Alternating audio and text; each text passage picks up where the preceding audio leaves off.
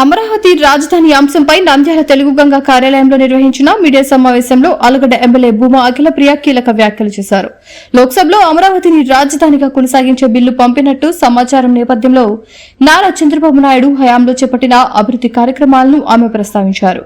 Land pooling ద్వారా భారీ స్థాయిలో భూసేకరణ, సిఆర్డీఏ ఏర్పాటు, అసెంబ్లీ, హైకోర్టు నిర్మాణాలు, మౌలిక వస్తువుల అభివృద్దిని వివరించారు. ప్రస్తుతం జరిగిన అభివృద్దిపై కీలక అంశాలు ప్రస్తావిస్తూ మాజీ ముఖ్యమంత్రి వైఎస్ జగన్ ప్రభుత్వంపై ఘాటు విమర్శలు గుప్పించారు.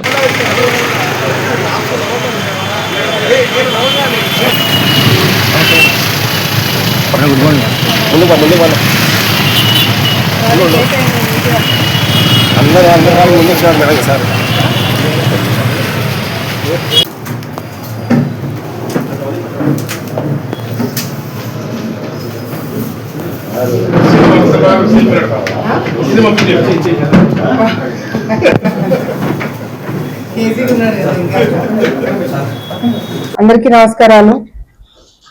ఈరోజు ఈ ప్రెస్ మీట్ పెట్టడానికి ముఖ్య ఉద్దేశం, ఏదైతే మొన్న అసెంబ్లీలో చరిత్రలో నిలిచిపోయేలాగా మన ఆంధ్ర రాష్ట్ర రాజధానికి చట్టబద్ధత ఇవ్వాలని చెప్పి ఒక నిర్ణయం అసెంబ్లీలో తీసుకోవడము నిజంగా ప్రజలందరూ కూడా హర్షిస్తున్నారు. ఎందుకంటే మనం చూసినాం, గతంలో రాష్ట్ర విభజన జరిగిన తర్వాత మనము ఎటువంటి పరిస్థితులలో మన ఆంధ్ర రాష్ట్రాన్ని ఏర్పాటు చేసుకున్నాం, మరి రాజధాని ఎక్కడ పెట్టాలనేది కూడా మన డిస్కషన్ లేకుండానే మన విభజన జరగడము, లోటు బడ్జెట్ ఉండడము, అప్పులు మీదకేసుకొని ఎన్నో ఇబ్బందులతో మన రాష్ట్ర విభజన జరిగింది. విభజన జరిగిన తర్వాత మరి ముఖ్యమంత్రి గారికి, చంద్రబాబు నాయుడు గారికి అప్పుడు ఒక పెద్ద బాధ్యత ఏంటంటే, అసలు రాజధాని లేని రాష్ట్రంగా మనము విడిపోయినాము, రాజధాని పెట్టాలంటే ఎక్కడ పెట్టాలని చెప్పి చాలా చర్చలు చేసిన తర్వాత విజయవాడ, గుంటూరు మధ్యన పెట్టాలని చెప్పి అప్పుడు ఒక నిర్ణయం తీసుకోవడం జరిగింది. ఆ నిర్ణయానికి మరి అప్పట్లో జగన్మోహన్ రెడ్డి గారు ప్రతిపక్షంలో ఉన్నప్పుడు ఒక డిబేట్, ఒక చర్చ అసెంబ్లీలో జరిగింది.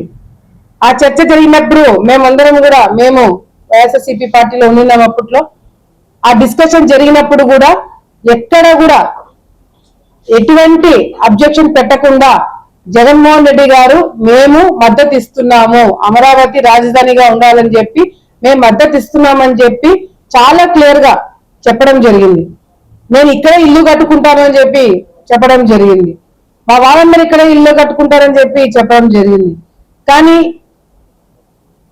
ఒక పక్కన సపోర్ట్ చేస్తూనే ఇంకో పక్కన అదే రైతుల భూమి ఎవరైతే ఇస్తామని ముందుకు వచ్చారో, రాజధానికి భూమి 30,000 ఎకరాలు దాదాపుగా స్వచ్ఛందంగా రైతులు ముందుకొచ్చి ఇవ్వాలని అనుకున్నారు. ఎక్కడ కూడా లాఠీ చార్జ్ జరగలేదు, ఎక్కడ కూడా రైతులు ధర్నాలు చేయలేదు, ఎక్కడ కూడా మహిళల పైన దాడులు చేయలేదు. స్వచ్ఛందంగా ముందుకు వచ్చారు, వాళ్ళకి కావాల్సింది ఏందనేది అడిగినారు. ఆయన తగినట్టుగానే ప్రభుత్వం అప్పట్లో ఇస్తామని చెప్పి చెప్పడం జరిగింది. కేవలం 60 రోజుల నుంచి 90 రోజుల మధ్యన ఇంత తక్కువ సమయంలో అన్ని వేల ఎకరాలు ప్రభుత్వంకి రాజధాని కోసం ఇవ్వడం అనేది దేశంలో ఎప్పుడు కూడా జరగలేదు. అది కేవలం చంద్రబాబు నాయుడు మాత్రమే సాధ్యమైందని గర్వంగా ఈరోజు మేము తెలియజేసుకుంటున్నాం.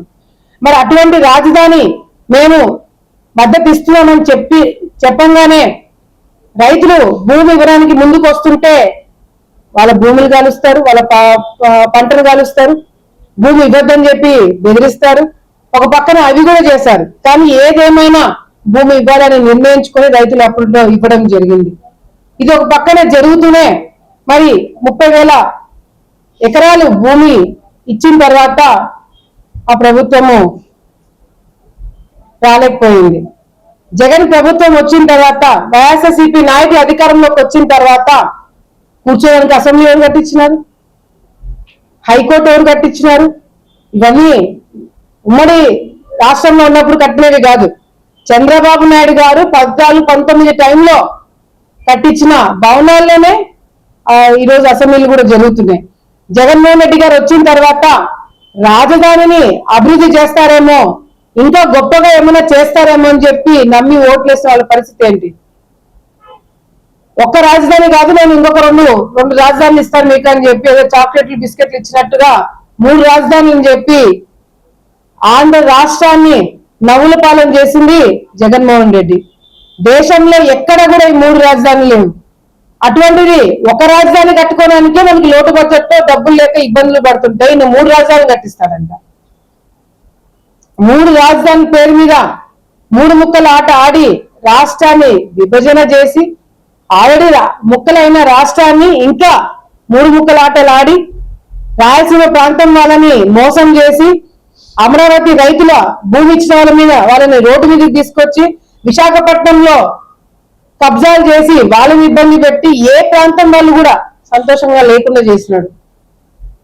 మరి అదే విధంగా మొన్న రాజధానికి చట్టబద్ధత అమరావతికి ఇవ్వాలని చెప్పి అసెంబ్లీలో చర్చ జరిగితే దాని గురించి ఒక్క వైసీపీ నాయకులు దీని గురించి స్పందించారు. దీని గురించి ఒక్కరు మాట్లాడరు. ఇంకా మొన్న నేను ఇందాక పేర్నే నాన్నగారిది ప్రెస్ మీట్ చూసా.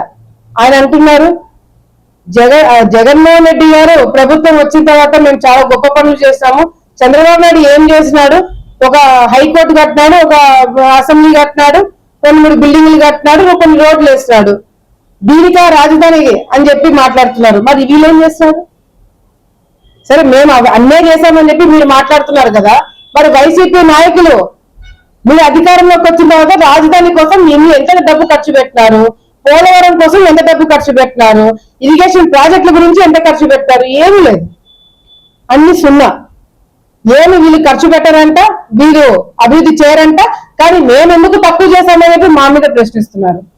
ఏమాత్రమే ఇంగిత జ్ఞానం ముందు మాట్లాడుతున్నారా అని చెప్పి ఈ సందర్భంగా వాళ్ళకి తెలియజేసుకుంటున్నాం. ఈ రోజు రాజధాని అమరావతి అని చెప్పిన తర్వాత జగన్మోహన్ రెడ్డి గారు ఇల్లు కట్టుకున్నారు. విశాఖపట్నంలో కూడా ఇల్లు కట్టుకున్నారు. ఆయనకి రాయలసీమలో కూడా ఇల్లు ఉంది. అంటే ఈయనలాగా మిగతా ప్రజలందరూ కూడా 3 ఇల్లు కట్టుకోవాలంటనా? రాజధాని 3 ఉంటే ఈ రోజు రాజధాని అమరావతి అని గర్వంగా చెప్పుకోటట్టుగా చంద్రబాబు నాయుడు తీసుకున్న నిర్ణయము కేంద్రంలో కేబినెట్ ఒప్పుకొని ఇప్పుడు లోక్సభలో చర్చ, తర్వాత రాజ్యసభలో చర్చ, ఆ తర్వాత మన ప్రెసిడెంట్ ఆఫ్ ఇండియా ఆమోదం తీసుకొని బయటికి వస్తే తెలుగు వాళ్ళు ఆంధ్ర రాష్ట్రాల్లో ప్రజలందరూ కూడా వచ్చే తరాలు కూడా చంద్రబాబు నాయుడు గారిని కూటమి ప్రభుత్వాన్ని గుర్తు పెట్టుకుంటారు. ఎందుకంటే మొన్న జగన్మోహన్ రెడ్డి గారు ఉన్నప్పుడు మీరు రాజధాని ఏదంటే ఒకరి పక్కన ఒకరు చూసుకొని ఏది చెప్పాలో అర్థం కాదు. కర్నూలు చెప్పాలా, విశాఖపట్నం చెప్పాలా, అమరావతి చెప్పాలా, ఏది చెప్పాలో అర్థం కాల. కానీ ఇప్పుడు గర్వంగా మా రాజధాని అమరావతిని గర్వంగా చెప్పుకోదట్టుగా ఈరోజు మేము చర్యలు తీసుకున్నాం. అంతేకాదు ముఖ్యమైన ఉద్దేశం ఇక్కడ ఇంకోటి ఏదైనా ఉందంటే, పరిశ్రమలు ఏదైనా వచ్చి అమరావతిని డెవలప్ చేయాలంటే, ఏదైనా హోటల్ కట్టాలన్నా, ఇన్స్టిట్యూట్స్ పెట్టాలన్నా, పెద్ద పెద్ద ఏమన్నా ఇన్వెస్ట్మెంట్ రావాలంటే కూడా ఇది బాగానే ఉంది, మేము పెడతాము. రాజకీయ కోణం పక్కన పెడితే పరిశ్రమలు పెట్టడానికి మేము వచ్చిన వాళ్ళు రేపు పొద్దున మళ్ళీ ఏదైనా పొరపాటున వాళ్ళు వస్తే రాజధాని మారుస్తే మా పరిస్థితి ఏంటని చెప్పి వాళ్ళు మొత్తుకుంటుంటే చంద్రబాబు నాయుడు గారు ఆలోచన చేశారు.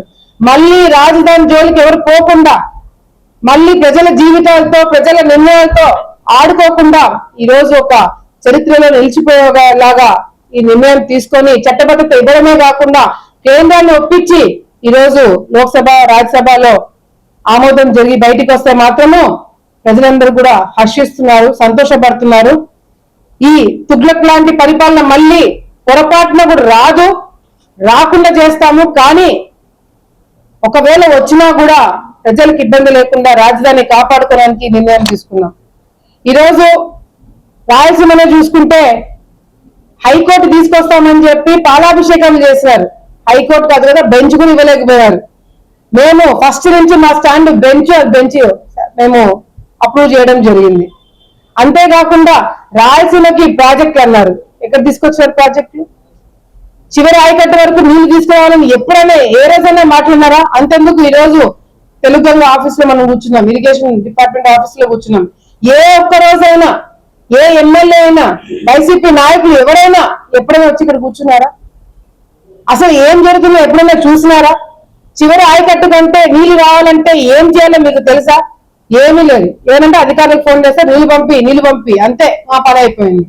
ఎక్కడి నుంచి రావాలా, ఎంత రావాలా, ఎప్పుడు రావాలా, ఎట్లా వాడుకోవాలనే అవగాహన కూడా లేకుండా వైసీపీ నాయకులు గతంలో పరిపాలన చేశారు. మంత్రులు ఉన్నారు వైసీపీలో. నాకు తెలిసి ఇప్పుడు సడన్ గా అడిగిన మీడియా మిత్రులు ఎవరు కూడా చెప్పలేరు ఏ మంత్రికి ఏ శాఖ ఉందన్నది. అందరికి కలిపి జగన్మోహన్ రెడ్డి ఒకటే శాఖ ఇచ్చినాడు. చంద్రబాబు నాయుడు గారిని, లోకేష్ గారిని, పవన్ కళ్యాణ్ తిట్టడము, తెలుగుదేశం పార్టీ నాయకుల మీద కేసులు పెట్టడము. ఇది కాక ఏమైనా చేయగలిగినారా? ఈరోజు నంద్యాల జిల్లాకి, రాయలసీమ ప్రాంతానికి మేలు చేసింది ఎవరైనా ఉన్నారు అంటే అది కేవలము గతంలో ఎన్టీ రామారావు గారు, తర్వాత చంద్రబాబు నాయుడు గారు, తర్వాత మేమంటే తెలుగుదేశం పార్టీ నాయకులు. అంతేగాని ఎప్పుడైనా ప్రాజెక్టుల గురించి మాట్లాడిన రోజు వైసీపీ వాళ్ళకి లేదు. Lift irrigation, Rayalaseema lift irrigation గురించి చాలా పెద్ద పెద్ద మాటలు మాట్లాడినారు. ఏది రాయలసీమ లిఫ్ట్ ఇరిగేషన్? కేవలం కమిషన్ కక్కుర్తిపడి రాయలసీమ లిఫ్ట్ ఇరిగేషన్ పెట్టడం జరిగింది. రాయలసీమ వాసులు జగన్మోహన్ రెడ్డి రాయలసీమకి మేలు చేశాను, రాయలసీమ పులి అని చెప్పుకొని తిరుగుతున్న ఇదే రాయలసీమ వైసీపీ నాయకులకి మేము ఒకటే ప్రశ్నిస్తున్నాం. పాలమూరు రంగారెడ్డి ప్రాజెక్ట్ ఏదైతే తెలంగాణలో చేసినారో అది మొదలవుతే మరణ శాసనం రాయలసీమ వాసులకు అని చెప్పింది ఇదే జగన్మోహన్ రెడ్డి. కానీ ఆ ప్రాజెక్ట్ కాంట్రాక్టర్ ఎవరు? పెద్దిరెడ్డి గారు. అంటే రాయలసీమ ఇక్కడ మోసం చేయడానికి రాయలసీమలో డైలాగులు కొడతారు, అక్కడికి వెళ్ళగానే ప్రాజెక్టులు తెచ్చుకున్నారు. ఇది వీళ్ళ పరిపాలన, ఇది వీళ్ళ రాజకీయం అని స్పష్టంగా ప్రజలు గమనించి చూశారు. కాబట్టే వాళ్ళు వద్దనుకొని ప్రతిపక్ష హోదా కూడా లేకుండా వాళ్ళని పక్కన పెట్టడం జరిగింది. ఈ రోజు మేము మాటిస్తున్నాం, చంద్రబాబు నాయుడు గారి దగ్గరికి ఎప్పుడు వెళ్ళినా మీ అందరికి కూడా తెలుసు, ఆలగడ్డ ప్రాంతానికి నీళ్లు కావాలంటే ఎంత కష్టపడాలా మేము. ప్రతిసారి కూడా చంద్రబాబు నాయుడు గారిని అడిగిన ప్రతిసారి కూడా వెంటనే కింద స్పందిస్తారు, అధికారులకు ఆదేశాలు ఇస్తారు. ఈరోజు చివరి ఆయకట్టు వరకు నీళ్లు వస్తున్నాయి. మొన్నటికి మొన్న మీటింగ్ లో మీరే చూశారు, ఆలగడ్డకి నీళ్లు ఇవ్వలేమన్నారు, ఇప్పుడు బ్రహ్మాండంగా నీళ్లు వస్తున్నాయి. 27 బ్లాక్ వరకు నీళ్లు వస్తున్నాయి. ఏప్రిల్ 10 వరకు నీళ్లు తెప్పగలుగుతున్నామంటే అది మా ప్రభుత్వము ప్రజల మీద ఉండే ఆలోచన, కమిట్మెంట్ అని గర్వంగా ఈరోజు తెలియజేసుకుంటున్నాం. మా ప్రభుత్వంలో అధికారులతో, మంత్రులతో, ముఖ్యమంత్రితో కొట్లాడే స్వేచ్ఛ మాకుంది. అదే గతంలో వాళ్ళు కొట్లాడినారా? కొట్లాడితే మిమ్మల్ని బతికినిచ్చేవాడా జగన్మోహన్ రెడ్డి? మిమ్మల్ని ఎందరిచ్చేవాడా? కానీ ఈ రోజు మా ప్రభుత్వంలో పనులు జరగకపోతే మేము కొట్లాడి సాధించుకోవడానికి ఫ్రీడమ్ మాకుంది. ఈరోజు ప్రజలందరూ కూడా ఒకటే మాట, రాజధాని అమరావతి ప్రతి ఒక్కరు కూడా హర్షిస్తున్నారు. చంద్రబాబు నాయుడు గారి కూటమి ప్రభుత్వాన్ని మెచ్చుకుంటున్నారు. వచ్చే రోజుల్లో బ్రహ్మాండంగా రైతుల విషయంలో కావచ్చు, ఉద్యోగస్తుల విషయంలో కావచ్చు, అదేవిధంగా యువత విషయంలో కావచ్చు, మహిళల విషయంలో, భద్రతా విషయంలో కావచ్చు, ప్రాజెక్టుల విషయంలో కావచ్చు, అన్ని విషయాల్లో కూడా ముందుండి ప్రజలతో శభాషులు అనిపించుకుంటామని చెప్పి ఈ సందర్భంగా తెలియజేసుకుంటూ ప్రజలందరి తరపు నుంచి కూటమి ప్రభుత్వానికి, చంద్రబాబు నాయుడు గారికి, లోకేష్ అన్న గారికి, పవన్ కళ్యాణ్ గారికి, మోదీ గారికి, ప్రతి ఒక్కరికి కూడా పేరు పేరున మేము ధన్యవాదాలు తెలియజేసుకుంటున్నాము. వివిడి న్యూస్ టీవీని తక్షణమే సబ్స్క్రైబ్ చేసుకోండి. నోటిఫికేషన్ కోసం బెల్ ఐకాన్ క్లిక్ చేయండి. మరిన్ని అప్డేట్స్ కోసం ప్రతి ఒక్క కుటుంబానికి ఉచిత ప్రకటనలు వచ్చే విధంగా మీకోసం మీ ముందుకు వివిడి న్యూస్ టీవీని ఏపీ 5 నందు 99వ ఛానల్ మరియు యూట్యూబ్ నందు వీక్షించెదరు.